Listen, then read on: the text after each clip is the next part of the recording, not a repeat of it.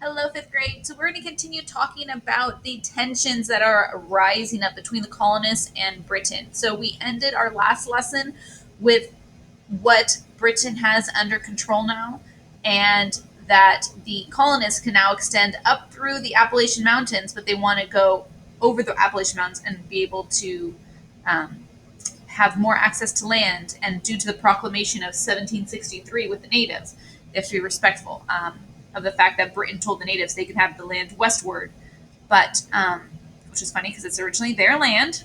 So another issue with the natives' point of view of how they're dealing with the colonists.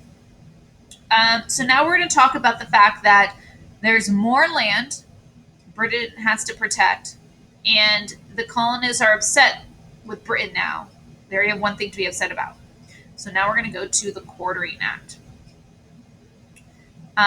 And actually, we'll read through it and then we'll go and do vocabulary and the purpose of the Quartering Act and the effects of it.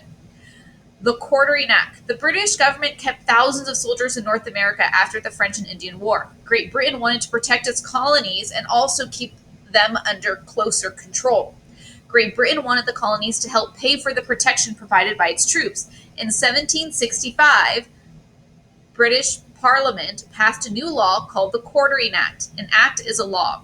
The Quartering Act ordered the colonists to provide quarters or places to live for British troops. The colonists also had to give soldiers food, fuel, and transportation.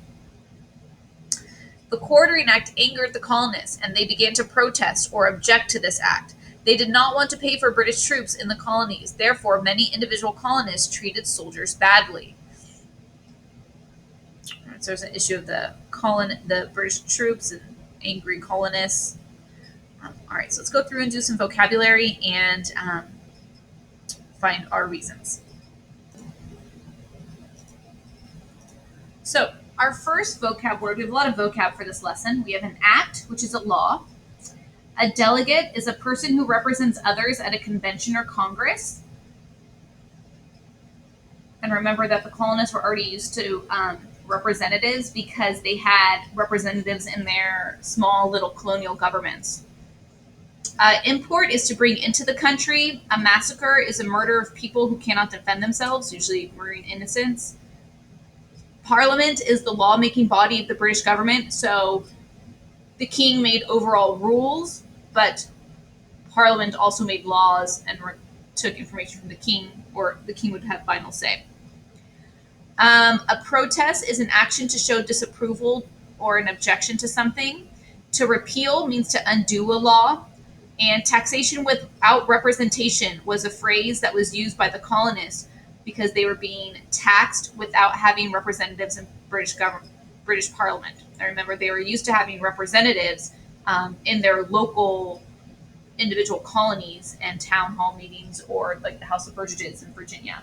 So they all had their own little governments, and they were used to being able to have representatives speak on their behalf. Now, granted, we're still talking about representatives and delegates are just white men who owned land. Still kind of the same rules here.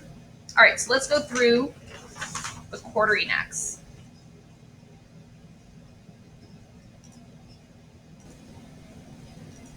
All right, so this was in 1765. It's about 2 years after the proclamation of 1763. You have more British troops in the Americas as a result of the French and Indian War. Britain wanted to protect the colonists and keep them under control. Britain wanted the colonists to pay for the protection of the additional troops. That's ADDT''L. So that's a shorthand for additional. Now, what were the effects? The colonists got mad. They did not want to pay for these soldiers, and they didn't want. They started to protest and revolt against the British troops.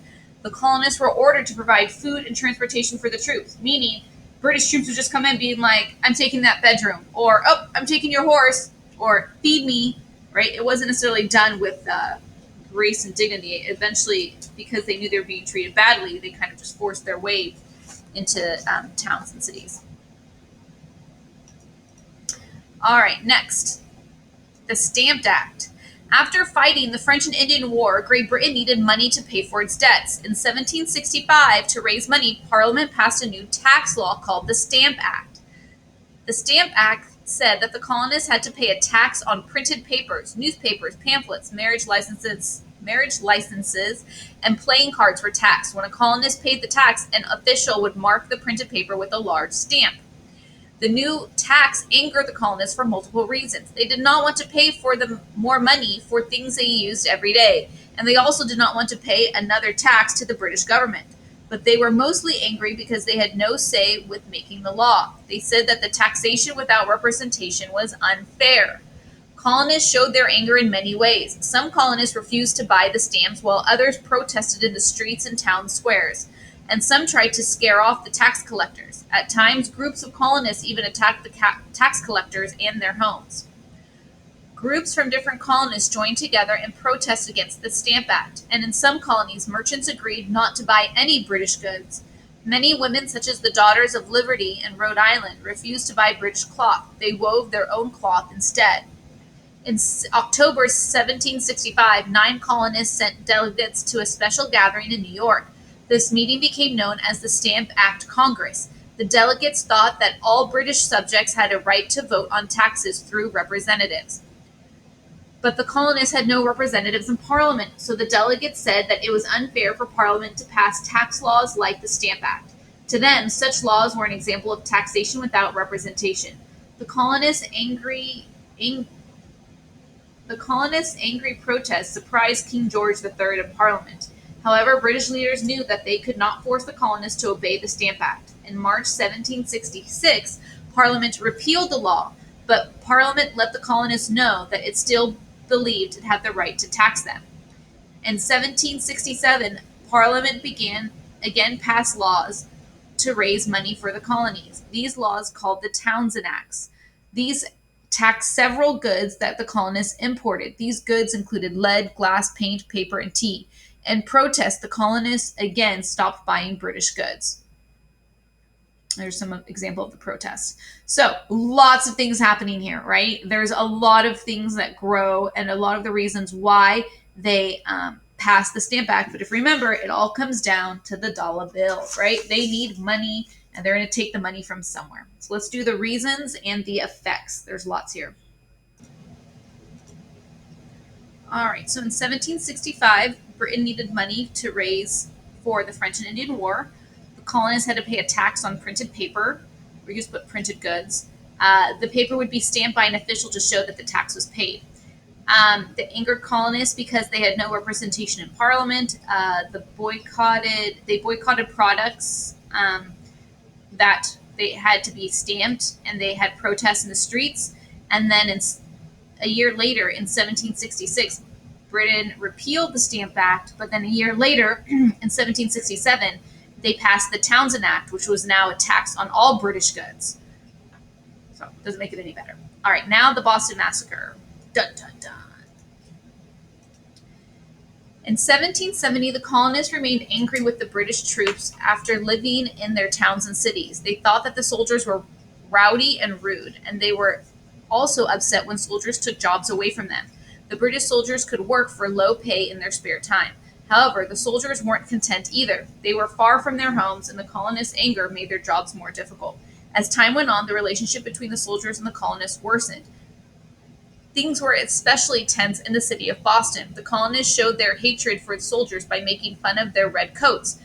They called them lobsterbacks, and some soldiers went out of their way to annoy local citizens. Some name-calling and fistfights in the streets were common between soldiers and colonists.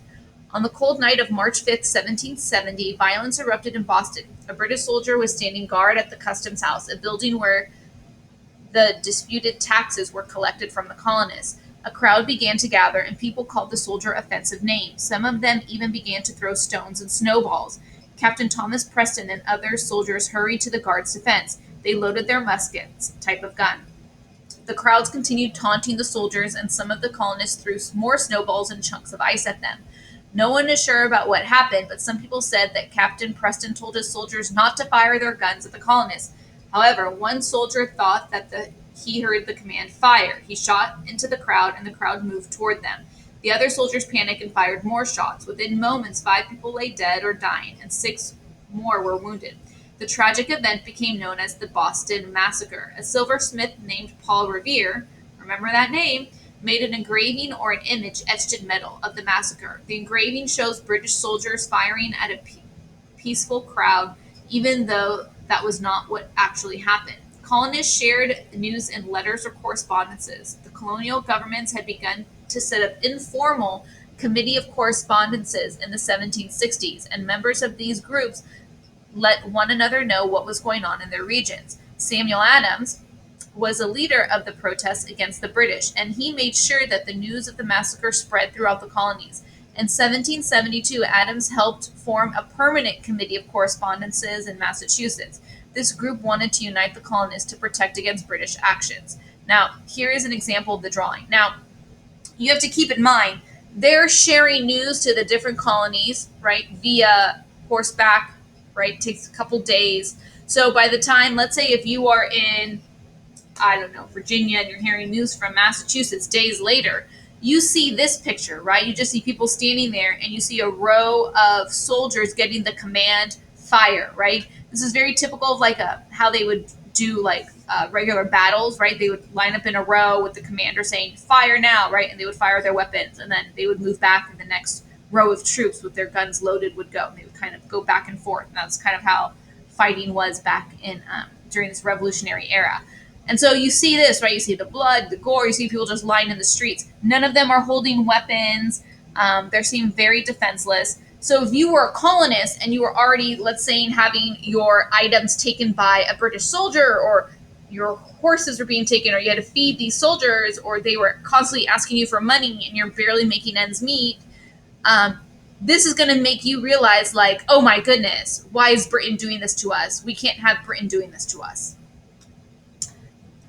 Now, aside from this image, I just want to show you, like, if this was what the colonists were seeing, maybe in Britain, they would see an image like this, right? Where their troops are being encircled by colonists. The colonists have batons. They're waving at them. They're chucking the snowballs, and they're feeling like they're being cornered, right? So I think this is like a little bit of a difference of, maybe the captain saying, no, don't shoot, right? Don't fire. So this is what we call propaganda of what is going to be the image that's going to be shown in order to favor someone's opinion, right? You have the colonists laying here, but you see them being encircled, and them like being, oh no, we're protecting ourselves, and like, look at the eyes of like them trying to attack us. So there were different drawings of the Boston Massacre. This one again showing Crispus Attucks, which was the African American who was killed in the Boston Massacre. But you see the colonists with their batons, other weapons that they would have. And this is really tiny, but you could kind of see the same image, right? Of that idea of like, oh, the soldiers falling down and the colonists are attacking them. So different images of the event, but led to propaganda in order. Which side would they favor? So let's get through our purposes and the effects. All right, so the Boston Massacre was March 5th, 1770. Think about that. That was just a couple weeks ago. It had its couple hundred anniversary. Can't do that math right now. The tense relationship between the colonists and British troops. They felt that British troops were taking jobs because British troops were living there and staying there for too long when they weren't on duty. The colonists taunted a soldier through objects at British troops. The British troops fired at a crowd, leaving 5 dead and 6 wounded. What were the effects? So one effect, which was actually a very good positive, was that the Committee of Correspondence led to more information being shared between the colonists. And the Committee of Correspondence is like the first example of all the colonists coming together, unified and united, sharing information and news. So a message was sent that the British troops were firing at peaceful colonists, and when other groups heard about it in different colonies, it led to more protests against British troops. And then the colonists began to share more information of how the British were treating them poorly. So all in all, the Boston Massacre leads to more tension, especially in these big cities. For example, in Boston, and also you have New York, other large colonial cities, and it just leads for Britain to increase the tension and increase the heat. So in our next lesson, we're going to wrap up this chapter and talk about what kind of leads to the end of all this tense relationships and these tense events. All right, fifth grade.